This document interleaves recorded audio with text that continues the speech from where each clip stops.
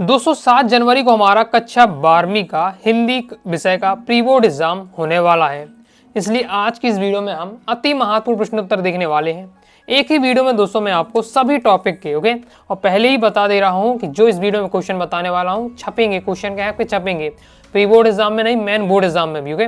तो आपकी जो क्वेश्चन बता रहा हूँ तो प्री बोर्ड एग्जाम में तो आपके फुल स्कोर करेंगे ही, इसके साथ साथ मेन बोर्ड एग्जाम की काफ़ी हद तक मान लीजिए 80% तक समझ लीजिए तैयारी आपकी हो जाएगी। जो बातें जो क्वेश्चन मैं इस वीडियो में बताने वाला हूँ अगर आप उन्हें तैयार कर लेते हैं। कुछ और क्वेश्चन रहेंगे तो प्री बोर्ड एग्जाम के बाद में क्या है आपको दोबारा एक एक टॉपिक को अच्छे से तैयार कराऊंगा।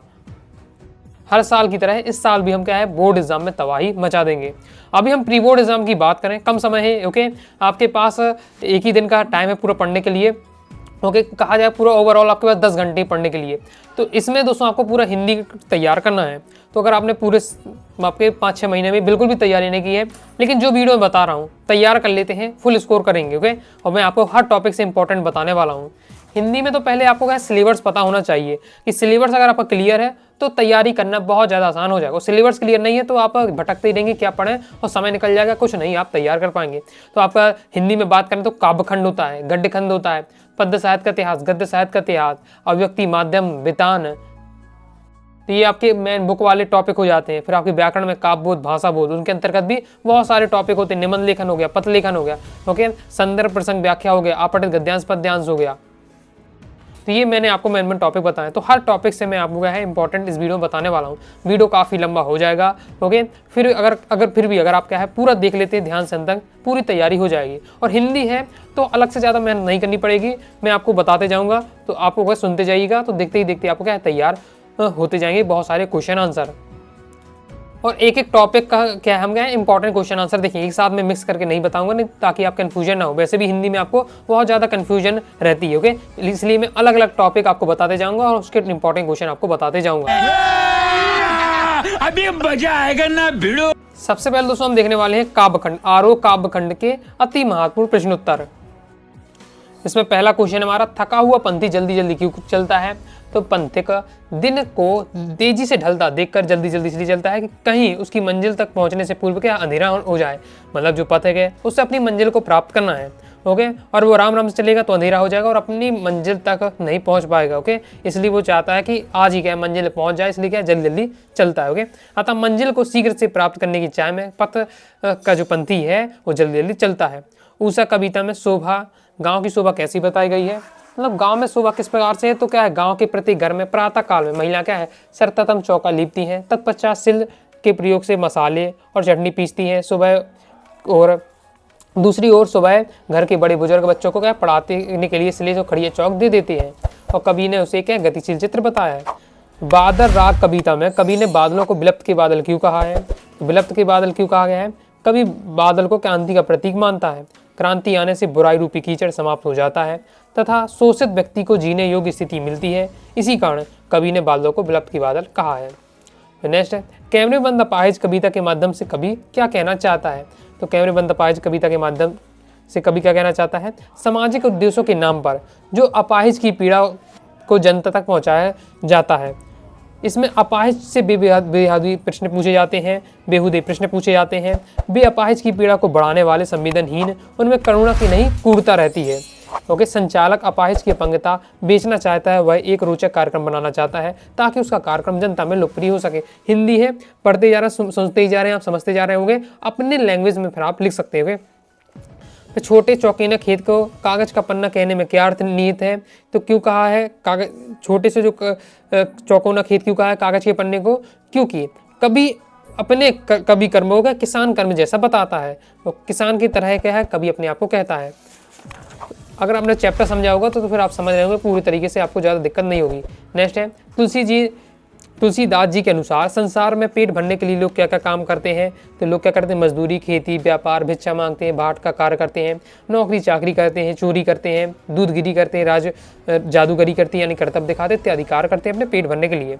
खेत छोटा मेरा खेत कविता में अधड़ और बीज क्या है? बोर्ड एग्जाम में आ चुका है 22 में। तो अधड़ का अर्थ होता है भावना का वेग और बीज का अर्थ है विचार और व्यक्ति। भावना के आवेग से कवि के मन में विचार उदय होता है तथा रचना की उत्पत्ति होती है।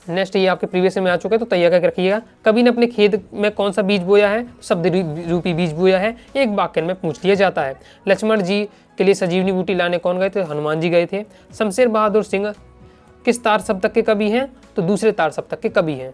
तो ये दोस्तों हमारे कंप्लीट हो जाते हैं काव्य खंड के महत्वपूर्ण प्रश्न उत्तर। अब दोस्तों हम देखेंगे पद्य साहित्य का इतिहास के महत्वपूर्ण प्रश्न उत्तर। अब दोस्तों हम देखने वाले हैं पद्य साहित्य का इतिहास से महत्वपूर्ण प्रश्न। यहाँ से दोस्तों क्वेश्चन आना फिक्स रहता है, 2 नंबर का एक क्वेश्चन आपसे पूछा जाएगा। 4 ज्यादा क्वेश्चन नहीं, 4-5 यहाँ से क्वेश्चन बता रहा हूँ जिनको पढ़ लीजिएगा, 2 नंबर फिक्स हो जाएंगे। प्री बोर्ड बस में नहीं, मेन बोर्ड एग्जाम में आपके नंबर फिक्स हो जाएंगे। यहाँ पहले आपको बहुत ज़्यादा सिंपल अगर नॉर्मल क्वेश्चन आता तो भक्ति को काल को हिंदी साहित्य का स्वर्ण युग कहा जाता है, तो क्यों कहा जाता है?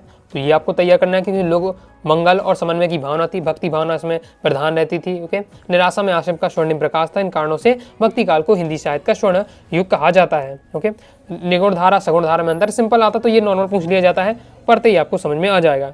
फिर इसके बाद जो मेन हाई चांस रहते हैं इनके क्वेश्चन पूछे जाने के, वो आपका ये कदम देख लेते हैं। 2-3 क्वेश्चन हैं। पहले छायावाद की 2 विशेषताएं तथा उनके कवियों के नाम लिखिए। तो छायावाद की विशेषता परिभाषा पहले कई बार पूछ ली जाती, तो बहुत सिंपल है। स्थूल के प्रति, ये किसने कहा था?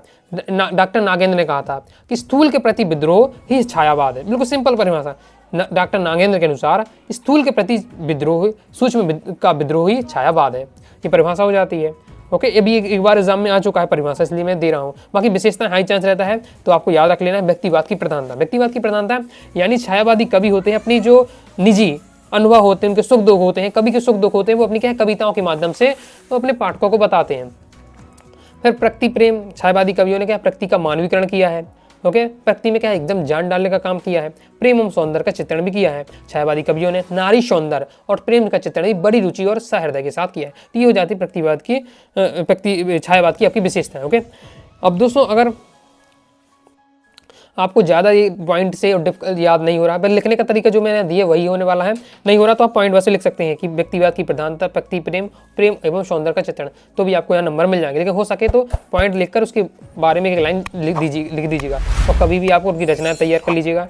फिर प्रकृतिवादी कविता की विशेषताएं, तो ये आपको तैयार करके रखना है। शोषकों के प्रति घृणा और शोषकों के प्रति करुणा, यथार्थ का चित्रण, रूढ़िवाद का विरोध, यह है प्रकृतिवाद की विशेषताएं। याद नहीं हो रहा, हेडिंग जो लिखी हुई है ये बस इतना याद देना चाहिए माइंड में, इतना लिख देंगे तो भी 2 नंबर का आता है, तो क्वेश्चन फिक्स हो जाएगा। और अच्छे से लिखना है। ओके, तो फिर आप करिएगा हेडिंग तो लग के और उनके बारे में एक लाइन लिख दीजिएगा, तो ज़्यादा डिफिकल्ट नहीं रहता है। हेडिंग बस तो याद आपने होगी, तो फिर उसके बारे में आप आसानी से लिख सकते हैं।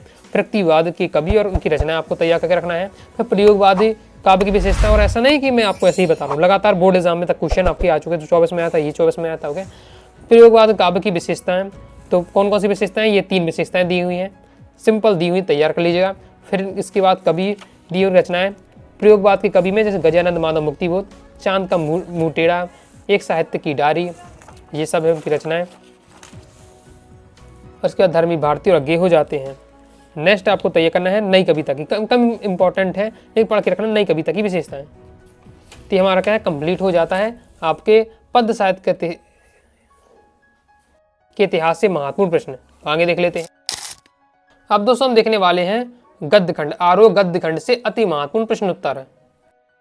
तो पहला है इसमें भक्तिन का वास्तविक नाम क्या था, वैसे लोगों से क्यों छुपाती थी। इंपॉर्टेंट है लेकिन बहुत कम एग्जाम में देखने को मिला है, तो इसके क्वेश्चन के आने के हाई चांस है। तो भक्तिन का वास्तविक नाम था लक्ष्मण। ओके, अब लोगों से क्यों छुपाती, सिंपल है। लक्ष्मी नाम क्या है, का मतलब क्या है, समृद्धि और ऐश्वर्य का प्रतीक है। लेकिन ये उसके विपरीत था, उसके चरित्र के विपरीत था। कैसे, उसके गुणों से विपरीत कहा था, परंतु यह नाम के साथ गुण नहीं मिलते थे। तो जो भक्ति ने बहुत ज़्यादा क्या गरीब थी, लेकिन नाम है लक्ष्मण, तो लोगों से लगता था कि जब मैं कहूँगा कि मेरा नाम लक्ष्मी है और वो देखने में बहुत ज़्यादा गरीब है, तो लोग उसका मजाक उड़ाएंगे, इसलिए वो क्या अपना नाम छुपाती थी। इसके बाद भक्तिन पाठ के आधार पर भक्तिन के स्वभाव की विशेषताएं। तो भक्तिन के स्वभाव की क्या विशेषता है कि जो व्यक्ति उसका साधारण व्यक्तित्व था, क्योंकि भक्तिन का व्यक्तित्व क्या अत्यंत साधारण था, वो परिश्रमी थी। भक्तिन परिश्रमी महिला थी, ससुराल में बहुत मेहनत करती थी, वह लेखिका के हर कार्य में भी क्या सहायता करती थी। नेक्स्ट बहुत ज़्यादा महत्वपूर्ण, बाजार का जादू चढ़ने और उतरने पर मनुष्य पर क्या असर पड़ता है। तो सिंपल रहने वाला है, जब मनुष्य पर बाजार का जादू चढ़ जाता है तो वस्तुओं के आकर्षक वस्तुओं को देखकर उन वस्तुओं को भी खरीद लेता है जिससे उसकी ज़रूरत नहीं होती है। तो आकर्षण के कारण जिन वस्तुओं की ज़रूरत नहीं होती है उन्हें भी खरीदता है। इसके विपरीत जब बाजार का जादू उतरता है, ओके, तो उसे बाद में समझ में आता है कि जो वस्तु उसने खरीदी वो क्या अनावश्यक थी। इसके बाद जयंत कुमार के अनुसार बाजार का जादू किसे कहते हैं, तो बाजार का जादू क्या है, तो वो बताया जा रहा है कि बाजार की तड़क भड़क लुभावनी वस्तुओं के रूप सौंदर्य से जब ग्राहक खरीदारी करने पर मजबूर हो जाता है तो इसे ही हम क्या है, बाजार का जादू कहते हैं। आगे देख लेते हैं, ये भी आप तैयार कर लीजिएगा। लोगों ने लड़कों की टोली को मेढक मंडली के नाम किस आधार पर दिया। इसके बाद भक्तिन और महादेवी वर्मा के पारस्परिक संबंधों को लेखक सेवक स्वामी का संबंध क्यों नहीं कहा जा सकता, तो इसे भी आपको तैयार करके रखना है। परचेजिंग पावर से क्या अभिप्राय है, तो परचेजिंग पावर का अर्थ होता है आर्थिक संपन्नता। इसके आधार पर रहन सहन, खान पान, लेन देन आदि में उच्च जीवन स्तर व्यतीत करने का प्रयास किया जाता है। डॉक्टर अम्बेडकर ने आदर्श समाज के 3 तत्व बताए, तो स्वतंत्रता, समानता, भ्रातृत्व है। ढोलक की आवाज़ का पूरे गांव पर क्या असर होता था, तो महामारी की त्रासदी से जूझते गांव वालों में ढोलक की आवाज़ सुनकर उनकी नसों में क्या रक्त का संचार होने लगता था, उनमें सजीवनी शक्ति भर जाती थी। गांव में के अधमरे औषधि उपचार पथविहीन प्राणियों में जीवन में उमंग व उत्साह भर जाता था। उस समय वे मृत्यु से नहीं डरते थे। इस प्रकार ढोलक की आवाज़ गांव वालों के मृत्यु से लड़ने की प्रेरणा देती थी। लेखक जयनंद कुमार के अनुसार बाजार रूपन से क्या तात्पर्य इंपॉर्टेंट रहने वाला है, आगे आपको तैयार करना है। नेक्स्ट आपको तैयार करना है गगरी फूटी बैल प्यासा से लेखक का क्या आशय है। अब आपसे आपको तैयार कर लेना है। ओके, पढ़ते जाइएगा, पढ़ लीजिएगा तो आपको क्या तैयार हो जाएगा। आगे देखते हैं। अब मैं आपको डायरेक्ट क्वेश्चन बताते जा रहा हूँ। ओके, जो समझाने लायक होगा ना आपको समझाते ही जाऊँगा। आगे अभी प्री बोर्ड एग्जाम हो जाए उसके बाद हम जब तैयारी स्टार्ट करेंगे तो हर टॉपिक का एक एक वीडियो आएगी। काव्यखंड की अलग वीडियो, पद्य साहित्य का इतिहास की अलग वीडियो, गद्य साहित्य का इतिहास की अलग अलग वीडियो, इस प्रकार से कई वीडियो आएंगे। पूरा सीरीज चलेगी। एक हफ्ते में पूरा मैं आपका सिलेबस तैयार करा दूंगा। तो एक हफ्ते अगर मेरे साथ तैयार कर लेंगे, पूरी वीडियो देख लेते हैं, कहीं से और आपको पढ़ने की आवश्यकता नहीं होगी। और ऐसा नहीं कि आप केवल पास होंगे, पूरा मैं फुल स्कोर की गारंटी लेता हूँ। 80 में 80 की बात करेंगे। ओके, और अभी आप पिछली वीडियो जाकर देख लीजिए, पिछली सीरीज देख लीजिएगा।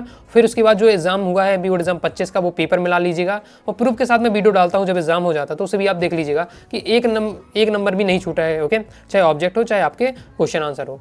तो अभी तो आप क्या है, जो क्वेश्चन बताते जा रहा हूँ जितना हो सके अभी आप तैयार कर लीजिएगा। राजा के द्वारा कुश्ती लड़ने की आज्ञा मिलते ही दर्शक क्या करने लगते हैं, तो दर्शक क्या है वो उत्तेजना से भर जाते हैं। ओके, गए और बाजे बजने लगे, कोलाहल बढ़ गया था। नेक्स्ट बहुत ज़्यादा इंपॉर्टेंट ये रहने वाला है, लेखक ने सिरिस को कालजी अवधूत क्यों कहा है। अवधूत यानी होता है सन्यासी। तो एक सिरिस की जो फूल है उसे कालजी अवधूत के समान बताया, सिरिस से पेड़ को। क्यों बताया है, क्योंकि अवधूत का मतलब वो सन्यासी विषय वासनाओं से ऊपर उठकर सुख दुख प्रत्येक स्थिति में सहज भाव प्रसन्न रखता है। वह कठिन परिस्थितियों में जीवन रस बनाए रखता है। देखिए क्या होता है, जो सन्यासी कौन होते हैं, सन्यासी वह होते हैं जिन्हें क्या है संसार के में क्या चल रहा है उससे कोई फर्क नहीं पड़ता है। उनके जीवन में दुख आए ओके सुख आए, उनका स्वभाव एक सा ही बना रहता है। और जबकि नॉर्मल मनुष्य दुख आए तो रोने लगता है। ओके, अगर थोड़ा सा सुख आ रहा तो बहुत खुशी होकर नाचने लगता है, पटाखे फोड़ने लग रहा है। तो इसी प्रकार से मतलब तुरंत उसके क्या है, दुख हुआ तो रोने लगा, सुख आया तो हंसने लगा। ओके, इसी प्रकार से। लेकिन जो सन्यासी उसे ज़्यादा फर्क नहीं पड़ता, वो हर स्थिति में एक सा बना रहता है। ओके, ये है सन्यासी की खास बात, इसलिए उसकी तुलना की है। तो इसी पर हम सिरिस के फूल को देखे हैं तो कठिन परिस्थितियों में, यानी जब भयंकर गर्मी उमस लू होती है फिर भी ये क्या सरस बना रहता है। ओके, जैसे इसमें गर्मी का कोई प्रभाव, लू का कोई प्रभाव नहीं पड़ रहा है। बसंत ऋतु में वह फूलों की लहर उठाता है और भादो मास तक क्या फलता फूलता रहता है। तो इसीलिए लेखक ने सिरिस को कालजी अवधूत कहा है। नेक्स्ट, सिरिस के फूल को बहुत कोमल क्यों माना गया है। संस्कृत साहित्य में सिरिस के फूल को बहुत कोमल माना गया है। कालिदास ने लिखा है, सिरिस के पौधों के पदों के कोमल दबाव सहन कर सकता है, पक्षियों का नहीं। मतलब इतना कोमल है कि कोई भौन आकर बैठ जाए तो चल जाएगा, लेकिन कोई पक्षी आके बैठ जाएगा तो जो फूल है वो टूट जाएगा। ओके, जगत के अति परिचित अप्रमाणित सत्य कौन से हैं, तो जड़ा और मृत्यु, बुढ़ापा और मृत्यु ही क्या है, जगत के अति परिचित अति प्रमाणित सत्य हैं। फिर मनुष्य की क्षमता किन बातों पर निर्भर करती है। बोर्ड एग्जाम 22 में 24 में आ चुका है। तो मनुष्य की क्षमता किन बातों पर निर्भर करती है, तो शारीरिक वंश परंपरा के आधार पर, सामाजिक उत्तराधिकारी और सामाजिक परंपरा के रूप में, माता पिता की प्रतिष्ठा, शिक्षा, ज्ञान अर्जन आदि उपलब्धियों पर, मनुष्य के प्रयत्नों पर, इन सब बातों पर। और ये आंसर मैंने कहाँ से लिया, ये भी आपको गाइडों में नॉर्मल नहीं मिलेगा। इस तरीके का आंसर देखने को लो, MP बोर्ड का ये ऑफिशियल आंसर है इस तरीके से। आगे देख लेते हैं। नेक्स्ट बहुत ज़्यादा महत्वपूर्ण, भक्तिन के आ जाने से महादेवी देहाती कैसे हो गई। MP बोर्ड एग्जाम 22 में आ चुका है, 24 में आ चुका है। तो भक्तिन स्वयं को न बदल कर दूसरों को अपने अनुसार बदल लेती थी। मकई का रात का बना हुआ दलिया, सवेरे मट्ठे खाना, बाजरे के तिल लगाकर पुए बनाए पुए, ज्वार के भुने गए, भुट्टे से हरे दानों की चिड़ी। मतलब जो भी यहाँ आइटम लिखे हैं ये क्या है, देहाती खाना जैसे हम बोलते हैं, गांव का खाना है। ओके, गांव का खाना है। आदि लेखिका को अनचाहे खाना पड़ता था। अब देखिए भक्तिन क्या खाना बनाने का काम करती थी, बनाया तो अब वो तो गांव के थे, तो गांव के व्यंजकों से बनते थे, गांव के भोज्य पदार्थ बनते थे, तो वही बना देती थी। अब लेखिका तो भूख लगी है भैया, तो वही अनचाहे खाना पड़ता था। भक्तिन की लेखिका को अपनी पसंद का भोजन खिलाकर देहाती बना दिया। इस प्रकार भक्तिन के आ जाने से महादेवी देहाती हो गई। शेर के बच्चे का असली नाम चांद सिंह था और उसके गुल्लू का नाम बादल सिंह था। इसके बाद जीव के भरे होने और मन के खाली होने से मन की क्या दशा होती है? तो जीव के भरे होने और मन के खाली होने से मन किसी की नहीं मानता है, वह चाहता है कि यही भी ले लूँ, वही भी ले लूँ, सभी सामानों से आरामदायक लगने लगता है। सिरस का पेड़ कब से कब तक खिलता है? तो बसंत के आगमन से आषाढ़ तक खिलता है। ओके, इसके बाद महादेवी वर्मा ने स्वयं व भक्तिन के मध्य के संबंध को नकारा है, तो सेवक स्वामी के संबंध को नकारा है। तो इस प्रकार दोस्तों हमने कंप्लीट कर लिए हैं गद्य खंड के, आरोह गद्य खंड के महत्वपूर्ण प्रश्न। अब दोस्तों हम देखने वाले हैं गद्य साहित्य का इतिहास टॉपिक के महत्वपूर्ण प्रश्न उत्तर। अब दोस्तों हम देखने वाले हैं गद्य साहित्य के इतिहास के महत्वपूर्ण प्रश्न उत्तर। तो गद्य साहित्य के इतिहास से देख लेते हैं। यहाँ से भी 2 नंबर के क्वेश्चन आना फिक्स है। कौन कौन से पढ़ना? 4 क्वेश्चन तो पहले मैंने आपको रटे होने चाहिए, जो मैं आपको बता रहा हूँ। पहले संस्मरण और रेखाचित्र में अंतर। संस्मरण और रेखाचित्र में अंतर बहुत ज़्यादा महत्वपूर्ण रहने वाला है, एग्जाम में सब आ चुके हैं। संस्मरण होता है कि लेखक स्मृति पटल पर अंकित किसी विशेष व्यक्ति के जीवन की घटनाओं का विवरण। ओके, मतलब जब लेखक लिख रहा है तो जो उसकी पुरानी यादें हैं उनको याद करके वो उसको लिख रहा है। रेखाचित्र में किसी व्यक्ति या वस्तु की आकर्षक ढंग से चित्रात्मक वर्णन रेखाचित्र कहलाता है, और ये क्या है? आंखों के सामने इसका हाल ही घटना को देखकर लिख रहा है। संस्मरण वास्तविक होता है, रेखाचित्र वास्तविक और काल्पनिक हो सकता है। संस्मरण की जो शैली होती है वर्णनात्मक विवरणात्मक होती है, रेखाचित्र की शैली चित्रात्मक होती है। कहानी उपन्यास में अंतर है, 2024 में आया था। तो बहुत ज़्यादा सिंपल है, इससे मतलब इससे ज़्यादा सिंपल मेरे अनुसार नहीं मिल सकता आपको एग्जाम हिंदी में। ओके, अंतर कहानी और उपन्यास में अंतर। कहानी छोटी होती है, उपन्यास बड़ा होता है। अब कहानी छोटी है तो एक घटना होती है, एक कहानी होती है। कहानी में क्या एक घटना का वर्णन होता है, उपन्यास में अनेक घटनाओं का वर्णन होता है, क्योंकि उपन्यास की क्या है, बड़ा है। कहानी में पात्रों की संख्या कम है। अब कहानी छोटी है तो कम लोग उसमें होंगे। ओके, तो कहानी की पात्रों की संख्या कम है। उपन्यास बहुत ज़्यादा बड़ा है, अनेक घटना है, तो उपन्यास को जो पात्रों की संख्या भी अधिक होगी। उदाहरण बता देना है, परीक्षा प्रेमचंद द्वारा लिखित क्या है? कहानी है। गोदान प्रेमचंद द्वारा लिखित क्या है? उपन्यास है। इसके बाद नाटक एकांकी में आपको अंदर तैयार कर लेना है। नाटक में कई अंक होते हैं, एकांकी में एक अंक एक अंक होता है एकांकी में। नाटक में पात्रों की संख्या अधिक होती है, एकांकी में पात्रों की संख्या कम होती है। क्योंकि ऐसा क्यों? क्योंकि जो नाटक है वो दृश्य काव्य का एक बृहद रूप है। दोनों देखिए, नाटक और एकांकी दोनों दृश्य काव्य हैं, लेकिन जो नाटक होता है वो बृहद रूप होता है, बड़ा रूप है। एकांकी क्या है? लघु रूप होता है। ओके, इसलिए लघु रूप है तो पात्रों की संख्या भी कम है और एक अंक होता है, जबकि जो नाटक है बृहद रूप है, इसलिए पात्रों की संख्या अधिक है और कई अंक होते हैं। जीवनी और आत्मकथा में अंतर तैयार कर लेना है।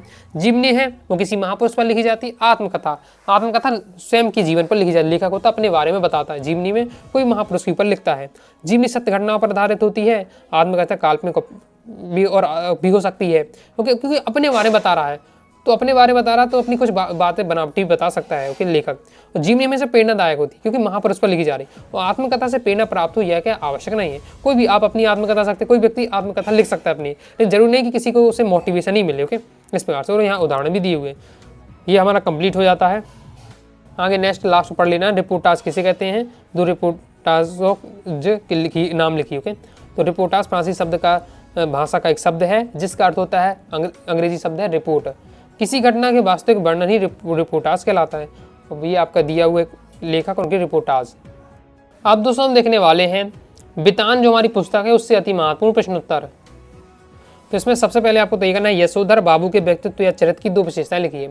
यशोधर बाबू की विशेषता इंपॉर्टेंट है। पहले ये परंपरावादी थे, दूसरा पाश्चात्य संस्कृति के विरोधी थे। फिर इनके बारे में एक लाइन बता देना है। परंपरावादी किस प्रकार से? कि यशोधर बाबू परंपरावादी थे, उन्हें पुराने रीति रिवाज अच्छे लगते थे, वे संयुक्त परिवार के समर्थक थे, घर की भौतिक चीज़ों से उन्हें चिढ़ होती थी। पाश्चात्य संस्कृति विरोधी किस प्रकार से? यशोधर बाबू सिल्वर बैंडिंग बनाना, पतलून, सैंडो ड्रेस, बिना बाहों के ब्लाउज के कारण आदि को पश्चात्य संस्कृति की देन मानते थे। पश्चात्य संस्कृति यानी अंग्रेजों की जो संस्कृति है उसे क्या है, पश्चात्य संस्कृति की देन मानते थे इन कामों को, अतः भी इनको अपनाना एक विरोध प्रकट करते थे, न अपनाकर अपना विरोध प्रकट कर रहे हैं। सिल्वर बैंडिंग की मुख्य समस्या क्या है? तो उसकी मुख्य समस्या क्या है कि इस कहानी में पुरानी पीढ़ी अपनी समय की परंपराओं, मर्यादाओं, संबंधों आदि को नई पीढ़ी में देखना चाहती है। उधर नई पीढ़ी हर दृष्टि से पुराने को त्याग कर नवीनता को पसंद करती है। बिल्कुल विपरीत हो रहा है। ओके, पुराने लोग क्या चाहते हैं कि जो पुरानी संस्कृति चलती आ रही है उसी को ही हम अपनाएं। ओके, जबकि नए जो पीढ़ी के लोग हैं वो क्या चाहते हैं कि जो पुरानी है वो तो पुरानी हो गई है, अब हमें क्या नई जो चलन चल रहा है उसके अनुसार जीना है। इन सब में क्या विरोध बना रहता है। तो यही है समस्या दिखाई जा रही है। फ्रिज के संबंध में यशोधर बाबू के क्या विचार थे? ओके, तो इसे फ्रिज को भी ज़्यादा अच्छा नहीं मानते थे। फ़ायदे की चीज़ नहीं मानते। तो उनका कहना है कि इसमें रखा हुआ बासी भोजन में खाना पड़ता है, जो इसका ठंडा पानी होता है फिर इसका गला पकड़ लेता है। बस संतुष्टि इस बात की कि साधारण स्तर वाले मेहमान फ्रिज का ठंडा पानी पीकर अपने आप को धन्य महसूस करते हैं। इसके बाद इम्पॉर्टेंट आपका रहने वाला है, यशोधर बाबू की पत्नी समय के साथ ढल सकने में सफल होती है, लेकिन यशोधर बाबू असफल रहते हैं, ऐसा क्यों? एमपी बोर्ड एग्जाम 22 में एक क्वेश्चन आ चुका है कि समय के साथ जो क्या है यशोधर बाबू की पत्नी है वो तो ढल जाती है, लेकिन यशोधर बाबू ढलने में असफल रहते हैं, ऐसा क्यों? यशोधर बाबू बचपन से ही माता पिता के देहांत हो जाने की वजह से जिम्मेदारियों की बोझ में लद गए, सदैव पुराने लोगों के साथ बीच में रहे और पले बढ़े, अतः वे उन परंपराओं को छोड़ नहीं सकते थे। और यशोधर बाबू परंपरावादी किसंदा के अधिक प्रभावित थे, जबकि उनकी पत्नी अपने बच्चों के साथ वह खड़ी दिखाई देती हैं, अपने बच्चों के आधुनिक दृष्टिकोण से प्रभावित होती हैं। वे बेटी के कहे अनुसार नए कपड़े पहनती हैं, बेटों के किसी मामले में दखल नहीं देती हैं। यशोधर बाबू की पत्नी समय के साथ परिवर्तित होती रहे, लेकिन यशोधर बाबू किसंदा के संस्कारों परंपराओं से चिपके हुए हैं। नेक्स्ट, सिल्वर बैंडिंग की भव्य पार्टी यशोधर बाबू को सम हाउ इम्प्रॉपर लगने के बाद संतोषजनक रही है। इसके बारे में आपको लिखना है। एमपी बोर्ड एग्जाम 24 में क्वेश्चन आ चुका है। ये सॉल्यूशन दिया, ये सॉल्यूशन भी नॉर्मल आपको नहीं मिलेगा आंसर इसका। ये भी मैंने कहा है एमपी बोर्ड के जो 2024 का आंसर शीट थी एमपी बोर्ड की ऑफिशियल, उससे लिया गया है, तैयार कर लीजिएगा इसे भी। नेक्स्ट, कविता के प्रति लगाव से पहले और उसके बाद अकेलेपन के प्रति लेखक की धारणा में क्या बदलाव आया? मतलब अकेलापन में क्या बदलाव आया? पहले वो क्या था, उसे कविता से लगाव नहीं था, उसके बाद उसे कविता से लगाव हो गया। अकेलापन किस प्रकार से दूर हुआ? तो सिंपल इस प्रकार से बताना है कि कविता के प्रति लगाव से पहले लगाव नहीं था, जब तक प्रेम नहीं था कविता से, उससे पहले क्या है, जो लेखक था वो अत्यंत कठोर और दुखदायी रहता था, उसका जो अकेलापन है उसे खटकता था और वह बहुत जल्दी थक जाता था। ओके, काम के प्रति उसमें क्या निरस्ता थी, ओके, कोई भी काम में मन नहीं लगता था। लेकिन जैसे ही उसे प्रति कविता के प्रति उसे लगाव हो गया तब उसे अकेलापन नहीं लगता। क्यों? क्योंकि अकेले समय में क्या है, कविताएं बनाने लगा, कविता अपना मन किस में लगाता है, कविताओं बनाने में। ओके, इसलिए उसका अब अकेलापन से हमने नहीं उबता था, उसकी सारी जो धारणाएं थी वो बदल चुकी थी। पहले की अपेक्षा वह अकेला रहना ही अच्छा लगने लगा। क्यों? अकेला रहता था तो बड़ी अच्छी अच्छी कविताएं लिखता था। इस प्रकार से लेखक के पिता ने आनंद को पाठशाला भेजने के लिए क्या शर्त रखी? तो शर्त रखी थी कि वह दिन निकलते ही खेत जाकर पानी देगा, सुबह खेत जाते समय बस्ता भी साल दे जाना है और 11 बजे स्कूल जाना है। पहले मतलब खेतों में पानी दे के जाओ, फिर स्कूल जाना है। ओके, इसके बाद जूझ कहानी के प्रमुख पात्र जो आनंदा है उसकी आपको स्वभाव की विशेषताएं बतानी है। पढ़ने का चौक आप देखते हैं कि उसके पिता द्वारा क्या पढ़ाई रुकवा दी गई आनंद की, फिर भी उसने क्या है अपनी माता से कहा, माता ने किससे कहा, दत्ताजी राव से अपने पिता पर दबाव, दत्ताजी राव ने क्या उसके पिता पर दबाव डाला कि क्या बच्चे को स्कूल भेजे, तब कहीं जाके स्कूल जा पाया। और परसमनी था, बहुत ज़्यादा मेहनत करता था। ओके, सुबह उठना है, फिर उसको क्या खेतों में पानी देना है, फिर पशु चराना है, फिर स्कूल जाना है और उसी प्रकार से काम में व्यस्त रहता था। और रचनाकार भी था, वह शुद्ध द्वारा प्रेरित कवि हृदय का था। छोटी सी उम्र में ही मास्टर सोलेयर के थोड़े से मार्गदर्शन पर ही कविताएं लिखने और गाने लगा था। इसके बाद नेक्स्ट, मोहनजोदड़ो के घड़ों की विशेषताएं बहुत ज़्यादा इंपॉर्टेंट। मोहनजोदड़ो की घड़ों की विशेषता क्या है? तो मकानों के दोनों ओर सड़कों के दोनों ओर मकान होते थे। मकान का जो पिछला भाग है वो सड़क की तरफ होता था और घरों में खिड़कियां प्राय नहीं होती थी। फिर सी सोलेगर के अध्यापन की उन विशेषताओं को रेखांकित करें जिन्होंने कविताओं के प्रति लेखक के मन में रुचि जगाई है। तो ये आपको कर लीजिएगा, सिंपल आंसर आपका दिया हुआ है। नेक्स्ट आपको तैयार करके रखना है। अतीत में दबे पांव पाठ के आधार पर शीर्षक की सार्थकता सिद्ध कीजिए। ये जो शीर्षक रखा गया है इस पाठ का ये उचित है, इस पर आपको बताना है, तो तैयार कर लीजिएगा इसे। नेक्स्ट ये करना है, मोहनजोदड़ो की सभ्यता को लो प्रोफाइल सभ्यता क्यों कहा गया है, और मोहनजोदड़ो की नगर नियोजन की 2 विशेषताएं लिखिए। क्योंकि मोहनजोदड़ो की नगर नियोजन की विशेषताएं भी आपको तैयार कर लेना है। तो ये हमारे हो जाते हैं बेतान के महत्वपूर्ण प्रश्नोत्तर। अब दोस्तों हम देखने वाले हैं अभिव्यक्ति और माध्यम के महत्वपूर्ण प्रश्नोत्तर। अब दोस्तों हम देखने वाले हैं अभिव्यक्ति और माध्यम पुस्तक के अति महत्वपूर्ण प्रश्नोत्तर। यहाँ से भी ज़्यादा क्वेश्चन नहीं, 1-2 नंबर क्वेश्चन आता है, बाकी ऑब्जेक्ट तो आपके 5-6 नंबर तक के आ जाते हैं। चलिए देख लेते हैं। तो देख लेते हैं क्वेश्चन आंसर। आगे बढ़ने से पहले बता दूं, अगर आपको क्या कंप्लीट पीडीएफ मटेरियल प्राप्त करना चाहते हैं, अगर फुल स्कोर करना है, तो पहले पास आपके पास मटेरियल होना चाहिए पढ़ने के लिए। कि यहाँ देखिए बहुत सारे, मैं जानता हूँ मेरे साथ भी जो कंडीशन थी, तो उसी प्रकार से बहुत सारे विद्यार्थियों की कंडीशन होगी। पढ़ना चाहते हैं, अच्छा स्कोर करना चाहते हैं, ओके, और मेहनत भी करना चाहते हैं, नहीं कि भैया मेहनत नहीं करना चाहते हैं, पूरा रात दिन पढ़ने भी चाहते हैं, लेकिन उसके बाद दिक्कत क्या आती है, पढ़ने के लिए बैठते हैं तो मटेरियल नहीं होता है। भाई काव्य खंड में क्या पढ़ें, गद्य खंड में क्या पढ़ें, कौन से क्वेश्चन पढ़ना चाहिए, कौन से नहीं पढ़ना चाहिए, प्रीवियस ईयर पेपर में कौन से क्वेश्चन आए नहीं आए हैं, वो कैसे पता चलेगा। तो एक साथ सब कुछ मिल जाए, ओके, वो किस में होगा, जो स्पेशल कोर्स है हिंदी का, उसे आप ज्वाइन कर लीजिएगा। पहले तो मैं कहूँगा अगर आपके क्या साइंस के स्टूडेंट तो साइंस ब्रह्मास्त्र बैच, कॉमर्स के स्टूडेंट है कॉमर्स ब्रह्मास्त्र बैच, और आप आर्ट के स्टूडेंट आर्ट ब्रह्मास्त्र बैच ज्वाइन कर लीजिएगा। बैच ज्वाइन करने से क्या है 5 सब्जेक्ट जो आपके 5 सब्जेक्ट है, चाहे आर्ट है, चाहे कॉमर्स है, चाहे साइंस है, उसकी आपको क्या है कोर्स मिल जाएंगे। तो ऑल सब्जेक्ट की आपकी तैयारी हो जाएगी और पीडीएफ मटेरियल आपको मिल जाएगा। फिर ज़्यादा आपको भटक नहीं पड़ेगा, कंप्लीट नोट्स रहेगा, इंपॉर्टेंट क्वेश्चन आंसर रहेगा, इंपॉर्टेंट ऑब्जेक्टिव क्वेश्चन आंसर रहेगा, प्रीवियस ईयर पेपर रहेगा आपके पास। ओके, नहीं अगर करना है किसी 1-2 सब्जेक्ट का स्पेशल से आप पढ़ना चाहते हैं तो वो आप ले सकते हैं, अलग से भी कोर्स दिए हैं। तो अगर आप हिंदी बस की तैयारी करना है तो हिंदी का भी कोर्स ज्वाइन कर लीजिएगा। ओके, उस सब्जेक्ट का कोर्स जिस सब्जेक्ट का कोर्स ज्वाइन करेंगे कंप्लीट मटेरियल मिल जाएगा। हिंदी में बात करूँ तो पूरा आपको मेरा पीडीएफ मटेरियल मिल जाएगा, ऑब्जेक्टिव क्वेश्चन आंसर रहेगा, हर टॉपिक के इंपॉर्टेंट क्वेश्चन आंसर रहेगा, इसके साथ ही आप समझ भी सकते हैं चैप्टरों को। और पिछले साल के पेपर दिए हुए हैं, मॉडल पेपर दिया हुआ है, एमपी बोर्ड के द्वारा ऑफिशियल जो आंसर शीट होती है वो भी आपको वहाँ मिल जाएगी। तो उसे देख सकते हैं कि एमपी बोर्ड में किस प्रकार से आंसर लिखना है, टॉपर की कॉपी दी हुई है वहाँ, मतलब बहुत पूरा मटेरियल आपको मिल जाता है एक ही स्थान पर। तो फिर आपको क्या है बस मेहनत बस करनी है, मटेरियल पूरा मेरा रहेगा, प्रॉपर क्वेश्चन आपको रहेंगे, बस केवल आपको मेहनत करनी है और फुल स्कोर आसानी से आप कर ले जाएंगे। फिर आपको इतना टेंशन नहीं रहने वाला। तो ज्वाइन करके जरूर कीजिएगा। तो करना है ज्वाइन अगर आपको तो प्ले स्टोर से अनुवागा सारी क्लास ऐप डाउनलोड कर लीजिएगा और ऐप से आपको क्या कोर्स को ले लीजिएगा। तो अभिव्यक्ति और माध्यम के महत्वपूर्ण प्रश्न देख लेते हैं। ओके, तो यहाँ से 2 ही नंबर के क्वेश्चन आता है, बाकी ऑब्जेक्ट यहाँ से आपके 5-6 नंबर तक के आ जाते हैं। पर देख लेते हैं सिंपल में अगर आपके क्वेश्चन पूछे जा रहा है तो जनसंचार के माध्यम पूछ लिए जाते हैं। तो समाचार पत्र, रेडियो, टेलीविजन, इंटरनेट, ये सब क्या है जनसंचार के माध्यम है। और अच्छे तरीके से बताना तो देखिए मैं बता, जो समाचार पत्र है वो प्रिंटेड माध्यम, बाकी radio, television, internet electronic media है। और लिखने का तरीका यहाँ आपको मिल रहा है कि टॉपर किस तरीके से अलग लिखते हैं। कोई साधारण विद्यार्थी होगा तो सीधे सीधे लिख के आ जाएगा, लेकिन ये और अच्छे तरीके से, ये प्रिंट मीडिया है, ये इलेक्ट्रॉनिक मीडिया है। इंटरनेट पत्रकारिता क्या है, अभी आपका ये क्या है 2025 के एग्जाम में आपका पूछा गया था। ओके, और पहले ही मैं उस समय भी बताया था इंटरनेट पत्रकारिता आपको सिंपल रहता है कि ऑनलाइन लेखन एक प्रक्रिया है जिसमें पत्रकार अपने लेख को, खबर को इंटरनेट के माध्यम से लोगों तक पहुंचाता है। इंटरनेट पत्रकारिता का ऑनलाइन पत्रकारिता, साइबर पत्रकारिता, वेब पत्रकारिता भी कहते हैं। नेक्स्ट आपको जनसंचार माध्यम में प्रिंट की दो विशेषताएं और दोष आपको तय करना है। प्रिंट माध्यम की विशेषता क्या है कि छपे हुए शब्दों का स्थायित्व होता है लंबे समय तक। जैसे अखबार होंगे 10 साल पहले तक के हमें अखबार मिल जाएंगे हमें, ओके, और इन्हें आराम से हम धीरे धीरे अपने हिसाब से पढ़ सकते हैं और एक बार पढ़ सकते हैं। खामी क्या है कि जो जिन निरक्षर हैं, जिनसे पढ़ते लिखते नहीं बनता है, उनके लिए ये माध्यम क्या अनुपयोगी होता है।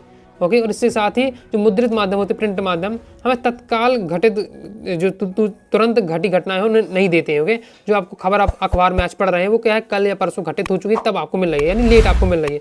ओके, इस प्रकार से।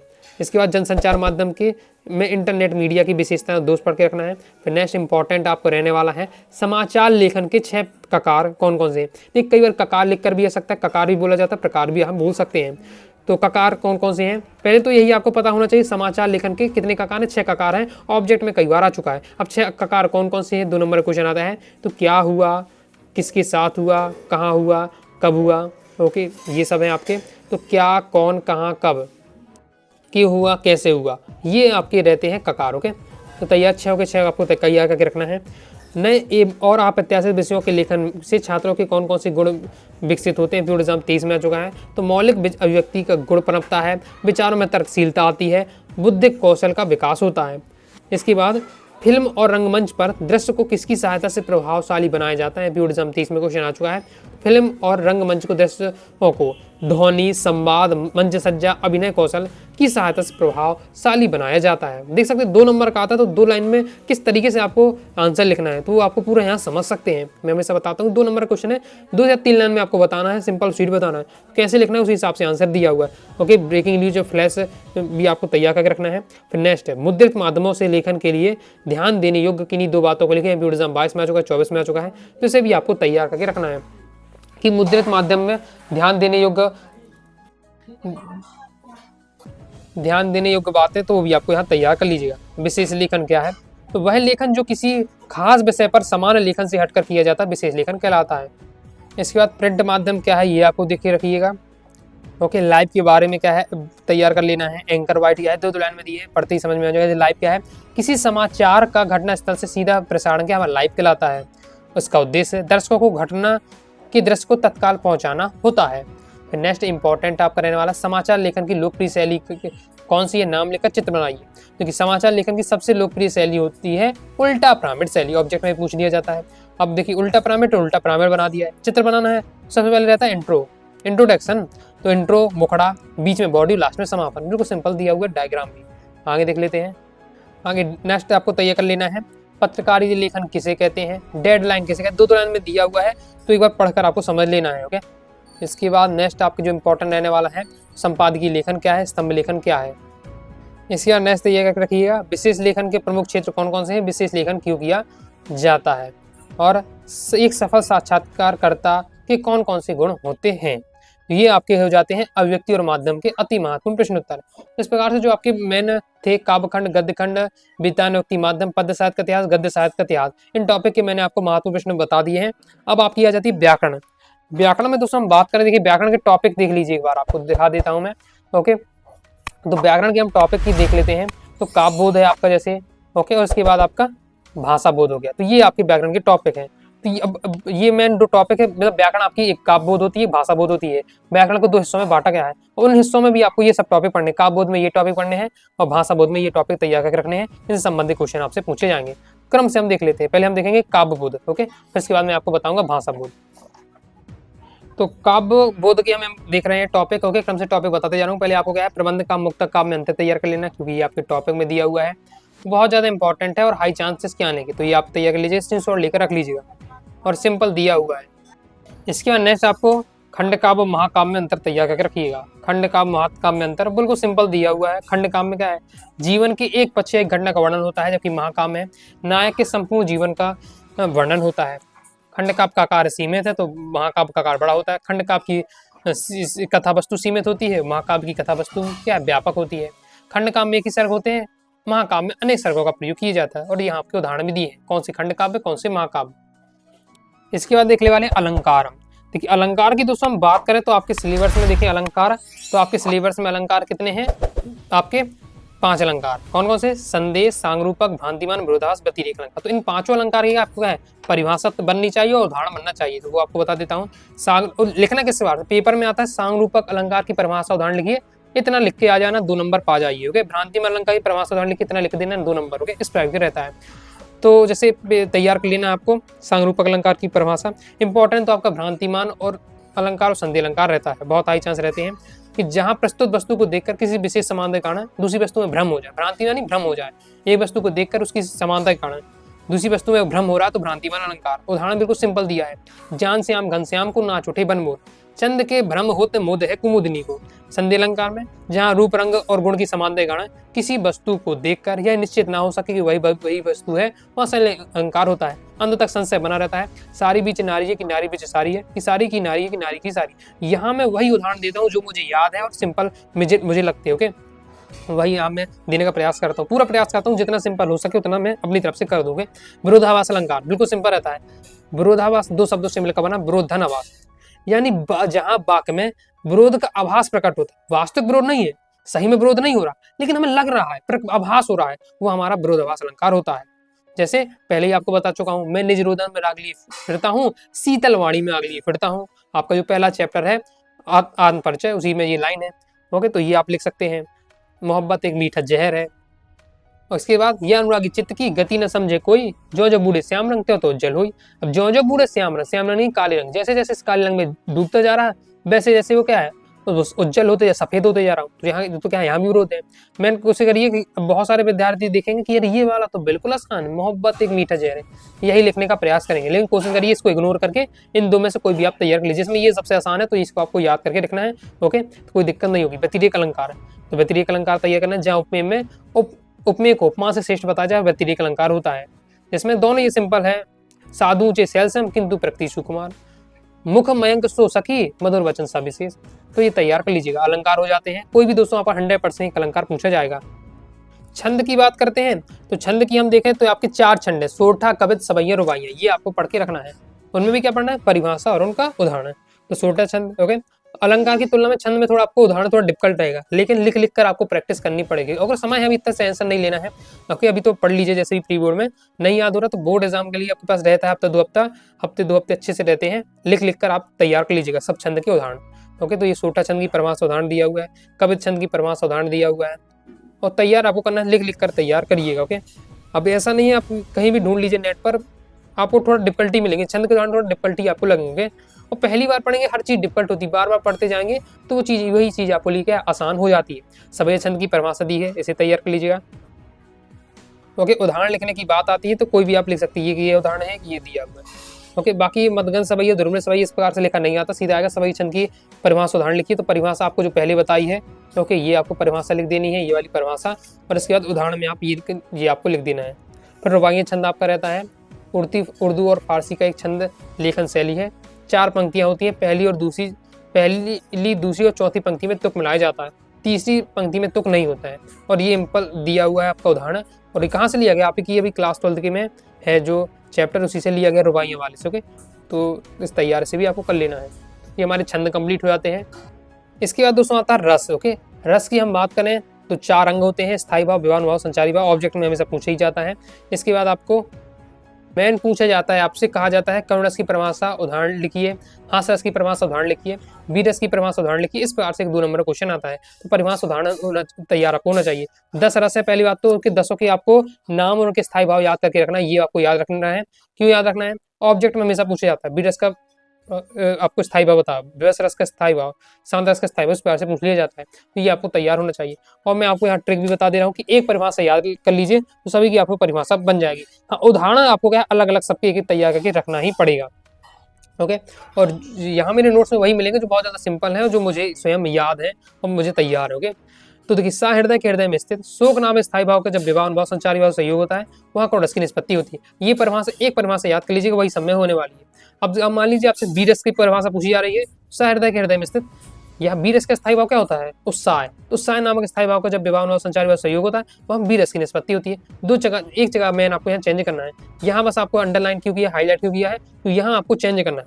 जिस रस की पूछा जाए परिभाषा, उस रस का यहाँ आपको स्थायी भाव सेट कर देना है, तो वो आपकी उस रस की परिभाषा बन जाएगी। परिभाषा आपकी सब में यही रहने वाली है, बस स्थायी भाव चेंज करके आप बना सकते हैं, ये आपका रहने वाला है। उदाहरण आपको तैयार कर लेना अच्छे से।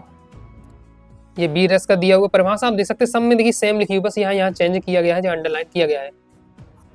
ओके, बी रस का तो सिंपल ही रहता है, बुंदेलो हर बोलो के मुँह से हमने सुनी कहानी थी, खूब लड़ी मर्दानी वह तो झांसी वाली रानी थी। हास्य रस का दिया है, रौद्र रस का दिया है, तैयार अच्छे से आपको कर लेना है। ये आपका विवश रस, अद्भुत रस, शांत रस में सबसे ज्यादा इंपॉर्टेंट पूछा जाए तो हास्य रस पूछ लिया जाता है, वीर रस पूछ लिया जाता है, करुण रस आ जाता है। ये सबसे ज्यादा इंपॉर्टेंट है, जो एग्जाम में अक्सर आते ही रहते हैं, तो तैयार करके रखना है। इसके बाद शब्द शक्ति और शब्द गुण वाला टॉपिक तैयार करना, सिंपल रहने वाला है। शब्द शक्ति परिभाषा और उसके प्रकार लिखिए, अगर इस प्रकार से क्वेश्चन आता तो ये परिभाषा हो जाती है। शब्द और अर्थ का संबंध को शब्द शक्ति कहते हैं इसके। ओके, और शब्द शक्ति 3 प्रकार के अब्दल लक्षण व्यंजन, ये हो जाता है अगर इस प्रकार से क्वेश्चन आता है। फिर आपका क्वेश्चन बन जाता है, अब इधर शब्द शक्ति की परिभाषा उदाहरण लिखिए, तो इतना लिख दीजिएगा। लक्षणा शब्द शक्ति की परिभाषा उदाहरण लिखिए, तो ये बता देना। बिजनेस शब्द शक्ति की परिभाषा उदाहरण लिखिए, तो ये आपको लिखना है। तो देख लीजिए, बिल्कुल सिंपल आपका दिया हुआ है। समझना चाहते अगर इस सभी टॉपिक को व्याकरण का पूरा तैयार करना चाहते हैं, तो हिंदी व्याकरण के नाम से प्लेलिस्ट होगी, वहाँ जाइएगा, उसमें आपको हर टॉपिक मैंने समझाया डिटेल से। शब्द शक्ति का अलग वीडियो है, शब्द गुण का अलग है, मुहावरे लोकोक्ति हो गया, अलंकार है, छंद है, मतलब जितने भी टॉपिक आपका पद लेखन वो सब आपको वहाँ मिल जाएंगे। ओके, तो तैयार कर लीजिएगा उनको देखकर। आगे देख लेते हैं। इसके बाद शब्द गुण देख लेते हैं। एग्जाम में आता है शब्द गुण की परिभाषा उदाहरण लिखिए, तो शब्द गुण की परिभाषा और उसके प्रकार लिखिए, प्रकार पूछा जाता है तो बताना शब्द गुण की परिभाषा ये दी हुई है। जो काव्य तत्व के निज धर्म है वे शब्द गुण कहलाते हैं। माधुर, ओज, प्रसाद ये क्या है, शब्द गुण होते हैं। फिर आता है अगर माधुर गुण की परिभाषा उदाहरण लिखिए, ये बताना काव्य को सुनने से मन पुलकित हो के कानों को मधुर प्रतीत हो, माधुर गुण। तो ओज गुण की परिभाषा उदाहरण लिखिए, ये बताना है। प्रसाद गुण की परिभाषा उदाहरण बताइए, ये बताना। बिल्कुल सिंपल नोट्स दिया हुआ है आपका, कम शब्दों में दिया, जितना एग्जाम में लिखना चाहिए उस हिसाब से दिया हुआ है। उदाहरण भी मैंने कहा एकदम सिलेक्टेड, बिल्कुल इजी वाले यहाँ सिलेक्ट किए हुए हैं, तो ये हमारा कंप्लीट हो जाता है। इसके साथ ही आपके सिलेबस में बिंब विधान वाला टॉपिक, तो बिंब विधान वाले टॉपिक से अगर क्वेश्चन बनते वैसे तो आता नहीं है, अगर आए तो केवल एक ही क्वेश्चन बनेगा 2 नंबर में कि बिंब विधान की क्या परिभाषा बताइए। ओके, तो आपको लिखना है बिंब शब्द अंग्रेजी के इमेजिनरी शब्द का हिंदी रूपांतरण है। अर्थ होता है मूर्त रूप प्रदान करना। काव्य में कार्य मूर्तिकरण के लिए सटीक बिंब योजना है। काव्य में बिंब को वह चित्त शब्द चित्त माना गया है जो कल्पना द्वारा हिंदी अनुभव के आधार पर निर्मित होता है। तो ये 3 लाइन जो शुरू की देख रहे हैं, बस इतना ही आपको बता देना अगर आता है बिंब की परिभाषा। ओके, तो ये तैयार कर लीजिएगा। इस प्रकार से दोस्तों मैंने आपको क्या है काव्य बोध के जो टॉपिक थे वो सब लगभग बता दिए हैं शॉर्ट में। अब दोस्तों हम देखने वाले भाषा बोध के टॉपिक। भाषा बोध के टॉपिक में सबसे पहले आपको शब्द तैयार करके रखना है। शब्द आपके सिलेबस में 3 है, क्षेत्रीय, तकनीकी, निपात। उनकी आपको पूछा जाता है। क्षेत्रीय शब्द की परिभाषा उदाहरण लिखिए, ये रहेगा। निपात शब्द की परिभाषा उदाहरण लिखिए, इतना लिखना है। तकनीकी शब्द की परिभाषा उदाहरण ये आपका रहने वाला, तो सिंपल आपका दिया है। क्षेत्र विशेष में बोले जाने वाले क्षेत्रीय शब्द, लोटा, लुटिया, थैला, ये सब आपका हो गए। निपात शब्द वे शब्द होते हैं जो किसी भी बात पर अतिरिक्त बल देने के लिए वाक्य में प्रयोग किए जाते हैं, वो निपात शब्द कहलाते हैं। भी, तो, भर, भी, ये सब हो गए। तकनीकी शब्द ऐसे शब्द होते हैं जो किसी विशेष विषय के लिए बने होते हैं और उन शब्दों का प्रयोग उसी विषय में किया जाता है। जैसे गुरुत्वाकर्षण हो गया, तो जब हम फिजिक्स पढ़ते हैं तभी गुरुत्वाकर्षण, वेग, त्वरण, इन शब्दों का प्रयोग करते हैं। ओके, यज्ञ, जप, तप हो गया, तो धर्म से संबंधित कार्यों में ही शब्दों का प्रयोग करते हैं। तो इस प्रकार से तो ये तैयार कर लीजिएगा। इसके बाद मुहावरे और लोकोक्ति में अंतर तैयार करना है। मुहावरे और लोकोक्ति में अंतर दिया हुआ है। मुहावरे एक वाक्यांश है, लोकोक्ति पूर्ण वाक्य है। मुहावरे का आकार छोटा होता है, लोकोक्ति का बड़ा होता है। इसका प्रयोग स्वतंत्र रूप से नहीं कर सकते हैं मुहावरे का, लोकोक्ति का प्रयोग स्वतंत्र रूप से हम कर सकते हैं। इसके बाद राष्ट्रभाषा, राजभाषा वाले टॉपिक में आपको राजभाषा की विशेषताएं तैयार कर लेना है। तो ये आपकी दी है राजभाषा की विशेषताएं, जिसे आपको देखना है। इसके बाद राष्ट्रभाषा की विशेषताएं पूछ ली जाती है, तो राष्ट्रभाषा की विशेषताएं। और फिर नेक्स्ट जो हाई चांस है कि राष्ट्रभाषा राजभाषा में अंतर, तो ये आपको तैयार कर लेना है। तो बहुत ज़्यादा इंपॉर्टेंट रहने वाला। आप ज़्यादा समझा नहीं रहा हूँ, समझना चाहते हैं हिंदी व्याकरण की प्लेलिस्ट से जाइएगा, हिंदी ग्रामर की प्लेलिस्ट है। ओके, तो वहाँ से जाकर आप क्या क्रम से हर टॉपिक आराम से आप पढ़ सकते हैं। वहाँ मैंने एक लाइन को डिटेल से समझाया है। यहाँ तो कम समय है और पूरा मैं बता रहा है, इसलिए मैं आपको क्या सीधे समझाते जा रहा हूँ डायरेक्ट। इसके बाद दोस्तों आपको क्या है वाक्य परिवर्तन जरूर सीख लीजिएगा। कोई भी आपको बात दे दिया जाएगा, ओके, जैसे कहा जाएगा मिश्र वाक्य बनाओ, संयुक्त वाक्य बनाओ, सरल वाक्य बनाओ, तो फिर आपको संयुक्त वाक्य को मिश्र वाक्य में कैसे बताना है, मिश्र को सरल वाक्य में कैसे बनाना है, अब ये तुम बहुत आसानी से नहीं समझ सकते। इसको समझने के लिए आप क्या है हिंदी ग्रामर की प्लेलिस्ट पे जाकर इस वाक्य परिवर्तन वाली वीडियो को जरूर देख लीजिएगा। बाकी कुछ सिंपल है जो आपसे बन जाएंगे, जैसे निषेधवाचक वाक्य बनाओ, मेरा पुत्र बुद्धिमान है, तो मेरा पुत्र बुद्धिमान नहीं है। ओके, मतलब सकारात्मक से नकारात्मक बनाना, तो वो सिंपल आप बना पाएंगे नहीं लगा करोगे। लेकिन साधारण से संयुक्त बनाना, संयुक्त मिश्र बनाना, इसको थोड़ा डिटेल से आपको समझना पड़ेगा। इसकी जो मैंने ट्रिक बताई है वो आपको क्या वीडियो में देखकर ही समझना पड़ेगा। प्रश्नवाचक वाक्य आसानी से आप बना लेंगे। जैसे मोहन पुस्तक पढ़ रहा है, तो प्रश्नवाचक बनाना है तो क्या मोहन पुस्तक पढ़ रहा है, तो इस तरीके से आपका बन जाएगा। कुछ तो बहुत ज़्यादा सिंपल है जो आसानी से आप कर सकते हैं। जैसे आज्ञावाचक बनाना है, सदा सत्य की सदा विजय होती है, तो सत्य की सदा विजय हो, इस प्रकार से आपको बन जाएगा। फिर नेक्स्ट एक आता है इस प्रकार से राम बुद्धिमान है, बिना भाव बदले नकारात्मक बनाना है। तो बिना भाव बदले नकारात्मक में क्या होता है, नकारात्मक तो बनाना है, नकारात्मक बनना है तो नहीं आपको लगाना है। लेकिन जब बिना भाव बदले ये शब्द यूज हो जाता है तो उसका अपोजिट आपको कर देना, विपरीत लगा। बुद्धिमान लिखा है तो उसका मूर, बुद्धिमान का क्या होता है विपरीत मूर। ओके, इस प्रकार से बनेगा। तो बिना जब नकारात्मक लिखते तो नहीं लगाना है, तो बिना भाव बदले शब्द भी लिख गया है, तो जो शब्द लिखा हुआ बुद्धिमान लिखा है तो मूर्ख उसका लिख दिया, तो उसका अपोजिट आपको लिखना है। ओके, सरल रहेगा तो कठिन आपको यहाँ कर देना, इस प्रकार से कठिन है तो सरल आपको कर देना है, ये रहता है आपका। ओके, इसके बाद संधि वाक्य बनाना, मयूर वन में नाचता है, बोर्ड एग्जाम में आया था। तो शायद संधिवाचक बनाना, तो शायद संधिवाचक बनाने के लिए शायद शब्द का उपयोग करके आप बना सकते हैं संधिवाचक, तो शायद मयूर वन में नाचता है, इस प्रकार से बन जाएगा। फिर वाक्य शुद्धिकरण के लिए भी आता है, तो ये प्रैक्टिस पर डिपेंड रहने वाले, इसे यहाँ दिया है बहुत सारे। तो अगर बैच में ज्वाइन है तो लगातार आप क्या है मटेरियल आपको मिलता रहता है, तो आप क्या है प्रैक्टिस करते रहते हैं और अच्छे से आप क्या है इन सबको टॉपिक को तैयार आपके हो जाते हैं। तो जरूर आप क्या है इनको प्रैक्टिस करिएगा। इसके बाद भाव पल्लवन के लिए टॉपिक भी आ जाता है आपका, तो भाव पल्लवन कुछ इंपॉर्टेंट है जिनका आपको तैयार करना है। दूर के ढोल सुहावने होते हैं, भाव पल्लवन कीजिए, पढ़ के से आपको रखना है। आगे बता देता हूँ मैं आपको, बैर क्रोध का आचार या मुरब्बा, इसका भाव पल्लवन कीजिए। मन के हारे हार, मन के जीते जीत, इसका भाव पल्लवन तैयार करना है। एम्प्यूडिज्म 24 में ही आया था। परिस सरस धर्म नहीं भाई, इसका भाव पल्लवन आपको दिखाइएगा। ये ऐसे टॉपिक मतलब जानते हैं इनके बारे में, आप जानते बहुत सारे विद्यार्थी जानते होंगे, लेकिन लिखना कैसे, तो एक बार अगर आप देख लेंगे तो 3-4 लाइन में अगर आपको क्लियर हो जाती है तो आसानी से आप कर पाएंगे। साहित्य समाज का दर्पण है, और ज़्यादा हटकर टॉपिक नहीं आता, जो हमेशा सिलेक्टेड है वही रिपीट हो जाते हैं। ईश्वर किसी विशेष धर्म या जाति का नहीं होता है, इसका दिया हुआ है। भगवान के घर देर है अंधेर नहीं, भाव पल्लवन कीजिए। और जन्मभूमि स्वर्ग से महान, एम्प्यूडिज्म 30 में पूछा गया, तो इसका भाव पल्लवन दिया हुआ है। फिर संवाद लेखन भी पूछ लिया जाता है, जैसे क्रिकेट में खेल के विषय में 2 मित्र में संवाद लेखन, एम्प्यूडिज्म 23 में क्वेश्चन था। और संवाद लेखन बिल्कुल सिंपल होता है, दो व्यक्ति को कोई नाम लेने से यहाँ रोहित और राहुल ले लिया और फिर अपने हिसाब से जो बातें हैं आप लिख सकते हैं यहाँ, क्योंकि ज़्यादा यहाँ फिक्स रहता नहीं, अपने हिसाब से आप लिख सकते हो, पढ़ते ही आपको समझ में आ जाएगी कुछ भी यहाँ बातें कह दिया है कि जैसे क्रिकेट से बताना है, क्रिकेट की बातचीत करना है, वो क्रिकेट की बातचीत कि क्या राहुल तुमने कल का भारत ऑस्ट्रेलिया का मैच देखा, उसने कहा हाँ मैंने देखा था बहुत अच्छा था। देखिए रोहित कहता है कि उसने पहले ऑस्ट्रेलिया टॉस जीत कर 20 ओवर में 100 रन बनाए, 200 रन बनाए, वो आपको बता दें। तो इस प्रकार से आप अपने हिसाब से लिख लेना है। और दो आपके जो पात्र होते हैं, दो ही पात्र होते हैं, 3 लाइन उस पहले पात्र के मतलब टोटल 6-7 लाइन में आप निपटा सकते हैं इसे। बाकी लिखना किस तरीके से तो वो आपको यहाँ दिया हुआ है।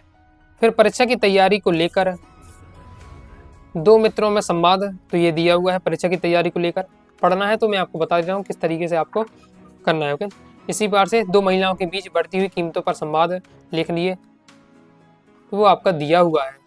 ओके, टीवी देखने की हानि और लाभ को लेकर पति पत्नी के बीच संवाद, तो वो दिया हुआ है। अब दोस्तों हम देखने वाले कवि परिचय और लेखक परिचय। देखिए आपने क्या कक्षा 11वीं में पेपर दिए हिंदी के, फिर इसके बाद कक्षा 12वीं में आकर त्रैमासिक का परीक्षा दे चुके हैं, अर्धवार्षिक परीक्षा दे चुके हैं। ओके, तो अब आपकी प्री बोर्ड है और फिर बोर्ड एग्जाम है। तो इतना तो आप समझ गए होंगे कि 3 नंबर का आपका कवि परिचय आता है, 3 नंबर का लेखक परिचय आता है। कवि परिचय में आपसे 2 रचनाएं, भावपक्ष, कलापक्ष, साहित्य में स्थान, ये टॉपिक आपको लिखने पड़ते हैं। चलिए बता दें तो किस किस का पढ़ना है। तो सबसे पहले आपको अभी तैयार करके रखना है तुलसीदास जी का। तुलसीदास का प्री बोर्ड में मैं बात करें, बोर्ड एग्जाम के लिए बता दूंगा कौन सा आ सकता है। तो अभी तो आपको तुलसीदास जी का तैयार कर लेना है, सूर्यकांत त्रिपाठी नेवाल का रवीश आएगा। मतलब 3 कवि परिचय, 3 लेखक परिचय तो आपको तैयार करके रखना ही है। ओके, अब कहाँ से देखें, तो यूट्यूब पर अब मैं वीडियो डाल चुका हूँ, आप जाइएगा हिंदी 2026 की प्लेलिस्ट देख लीजिएगा या ओल्ड प्लेलिस्ट देख लीजिएगा, नहीं तो आप यूट्यूब पर सीधे सर्च कर लीजिएगा कि तुलसीदास जी का कवि परिचय व अनुराग साटी क्लासेस, हरिवंश राय बच्चन जी का परिचय व अनुराग साटी क्लास, वीडियो आपको मिल जाएगी। और इसी वीडियो के डिस्क्रिप्शन में या टेलीग्राम में आपको लिंक दे दूंगा, तो वहाँ से आप देख लीजिएगा। यहाँ से मैं आपको ज़्यादा समझा नहीं रहा हूँ, बता दिया कौन कौन पढ़ना है, तो उसे देख लीजिएगा। लेखक परिचय में बात करें तो ये भी 3 नंबर का आता है, 2 रचनाएं, इसमें लिखना पड़ता है लेखक परिचय में भाषा शैली और साहित्य में स्थान। सबसे ज्यादा महत्वपूर्ण की हम बात करें तो अभी आपका महादेवी वर्मा, जयेंद्र कुमार का आपको तैयार करके रखना है, और हजारी प्रसाद द्विवेदी, ये 3 आपको अभी पढ़ के रखना है। ओके, उसे करिएगा, इन 3 को आपको अच्छे से तैयार कर लेना है। और ये सबके सॉल्यूशन दिए हुए हैं अपने चैनल पर, तो आप देख लीजिएगा, यूट्यूब पर सर्च कर लीजिएगा या फिर मैं आपको डिस्क्रिप्शन में लिंक दे दूंगा या टेलीग्राम पर आपको लिंक शेयर कर दूंगा। ओके, तो तैयार कर लीजिएगा। तो ये हो जाते हैं आपके कवि परिचय और लेखक परिचय। अब दोस्तों हम देख लेते हैं निबंध लेखन। निबंध लेखन दोस्तों आपके पेपर में 4 नंबर का आता है। ओके, 4 नंबर का आता है, तो कौन कौन से पढ़ने चाहिए, पहले हम औपचारिक आवेदन पत्र देख लेते हैं।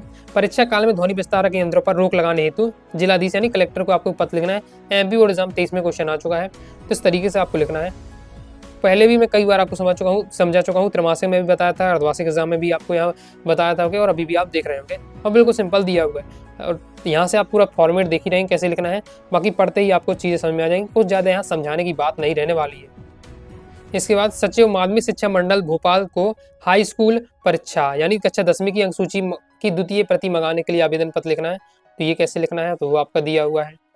अभी मैं इस प्रकार सॉल्यूशन दे रहा हूँ कि आपको मटेरियल मिल जाए, क्योंकि आप पढ़ लेंगे तो आप पढ़ते ही आपको चीज़ें समझ में आ जाएंगी। मटेरियल की आपकी दिक्कत है तो मैं आपको सीधे बता दे रहा हूँ, तो आप वीडियो को पॉज करके एक बार देख लीजिएगा कैसे लिखा हुआ, क्या लैंग्वेज यूज की है, फिर अपने हिसाब से आप लिख पाएंगे। इसके बाद नगर निगम निगमायुक्त को नियमित जल आपूर्ति कराने हेतु आवेदन पत्र 22 में आ चुका है, 24 में आ चुका है, तो दिया हुआ है। जल की अनियमित आपूर्ति के संबंध में किस तरीके से आपको लिखना है, तैयार करके रखिएगा, बोर्ड एग्जाम के लिए भी आपके महत्वपूर्ण रहने वाले हैं। इसके बाद नगर निगम अध्यक्ष को शिकायती पत्र लिखना है मोहल्ले की नियमित सफाई न होने पर। तो नियमित सफाई, मोहल्ले की सफाई न होने पर आपको बताना है। मेन क्या पढ़ना पड़ता है ये तो आप समझ जाते हैं कैसे क्या लिखना है। मेन बीच का है, तो बीच में क्या करना है, आपको समस्याएं बतानी है। तो आपको पहले से माइंड में एग्जाम में, अगर देखिए इतना टाइम नहीं लगता है कि पहले आप सोचें कि क्या समस्याएं हम बताएं, पहले से एक बार आपको माइंड में फिट रहता है कि अगर सफाई से संबंधित आ रहा तो हमें बताना कि मोहल्ले में ये गंदगी किस तरीके से गंदगी फैली हुई है, उस तरीके से हमें उसको लिखना है। तो वो थ्योरी बस पढ़ लीजिएगा बार। ओके, कहानी मतलब जो बनानी पड़ती है वो कहानी बस यहाँ से पढ़ लीजिएगा कि ये हमें बताना है, तो आप अपने हिसाब से लिख पाएंगे। इसके बाद अनौपचारिक आवेदन पत्र में देखें तो आपको तैयार करना है अपने पिताजी को एक पत्र लिखना है जिसमें परीक्षा की तैयारी के विषय में आपको जानकारी देना कि एमपी बोर्ड एग्जाम 23 में आ चुका है, आपकी परीक्षा की तैयारी कैसे चल रही है वो आपको बताना है। एड्रेस लिखना पड़ता है परम पूज्य पिताजी, साधारण चरण स्पर्श, ये आपको दिया हुआ है, पढ़ते ही आपको समझ में आ जाएगा यहाँ। इसके बाद अपने बड़े भाई के विवाह में सम्मिलित होने के लिए अपनी सहेली या सहेलिया को निमंत्रण पत्र आपको देना है। एमपी बोर्ड एग्जाम 22 में आ चुका है, 24 में क्वेश्चन आ चुका है, पढ़ के रखिएगा। एड्रेस लिखना है, दिनांक दे दिया है, फिर प्रिय मित्र सखी दिशा सा प्रेम नमस्कार, इस पर दिया हुआ है कि आपको अपने बड़े भाई की विवाह में अपने मित्र को बुलाना है, आमंत्रित करना है, तो किस प्रकार से लिखना है, सखी को या सखा को। के ये हो जाता है कंप्लीट हमारा। तो इस प्रकार से मैंने औपचारिक और अनौपचारिक आपको इंपॉर्टेंट बता दिए हैं। ओके, तो 5-6 आपको जो पत्र लेखन मैंने बताए हैं तो पढ़ के आपको रखिएगा, इन्हीं में से आपका एक आ जाएगा, या पत्र लेखन में भी आपके 4 नंबर पक्का हो जाएंगे। अब निबंध लेखन देख लेते हैं कौन सा पढ़ना चाहिए आपको।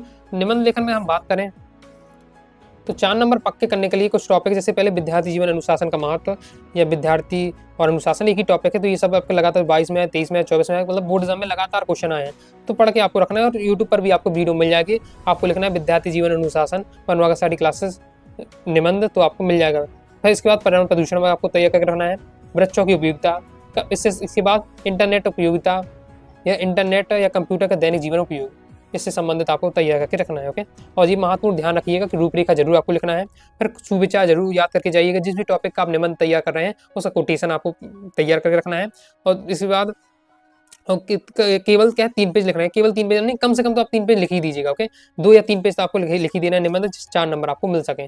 तो ये महत्वपूर्ण टॉपिक रहने वाले जिन पर आपको है 2 से 3 टॉपिक, एक तो विद्यार्थी जीवन अनुशासन, पर्यावरण प्रदूषण से संबंधित, वृक्षों की उपयोगिता और इंटरनेट से संबंधित, 3-4 टॉपिक पर आपको निबंध तैयार करके जाना है। ओके, ये हो जाता है आपका निबंध लेखन। तो इस प्रकार से मैंने लगभग आपके हिंदी के सभी टॉपिक आपको बता दिए हैं। फिर आप गद्यांश पद्यांश से तो आप कर ही लेंगे, इसमें कोई अलग से पढ़ने की बात है नहीं है। संदर्भ प्रसंग व्याख्या की हम बात करते हैं, तो अगर आपने क्या है आगे बोर्ड एग्जाम के लिए मैं अलग से वीडियो ला दूंगा संदर्भ प्रसंग व्याख्या के लिए। बोर्ड एग्जाम में तो हम एक भी टॉपिक नहीं छोड़ेंगे, चाहे वो आपने गद्यांश पद्यांश हो, चाहे संदर्भ प्रसंग व्याख्या हो। अभी लेकिन आपको क्या करना है, आपने पढ़ाई होगा, हर चैप्टर समझाई होगा, तो पहले आपको जितने भी कवि हैं उनके हर चैप्टर का नाम और उनके किस कवि ने वो लिखा है वो आपको तैयार करके रखना है। इससे आप क्या है संदर्भ प्रसंग व्याख्या आसानी से कर पाएंगे, और चैप्टर को समझा है तो व्याख्या अपने हिसाब से आप लिख पाएंगे। ओके, तो वो आपको अभी अपने हिसाब से तैयार कर लीजिएगा। बोर्ड एग्जाम की तैयारी के लिए मैं सब कुछ बताऊंगा, हर टॉपिक में आपको फिर तैयार कराऊंगा। अभी प्री बोर्ड एग्जाम के लिए मैंने लगभग हर टॉपिक आपको तैयार करा दिया है। तो मुझे आशा है कि आपको क्या वीडियो पसंद आई होगी, मेरी मेहनत पसंद आएगी। वीडियो पसंद आए लाइक और सब्सक्राइब जरूर कर दीजिएगा। ओके, और बाकी ऑब्जेक्टिव क्वेश्चन रह जाते हैं तो हम इसके बाद नेक्स्ट वीडियो आएगी जिसमें आपको सुपर फास्ट क्या है ऑब्जेक्ट का भी रिवीजन करा दूंगा। इसके साथ ही टेलीग्राम चैनल व्हाट्सएप चैनल को ज्वाइन कर लीजिएगा। प्रॉपर तैयारी करना चाहते हैं, पीडीएफ मटेरियल प्राप्त करना चाहते हैं तो प्ले स्टोर से स्टडी क्लासेस ऐप डाउनलोड कर लीजिएगा, और वहां से दोस्तों आपको क्या है कोर्स बाय करके जरूर रखना है। कोई डाउट आता है कमेंट बॉक्स में आप जरूर पूछिएगा। मिलते हैं नेक्स्ट वीडियो में, तब तक के लिए बाय बाय।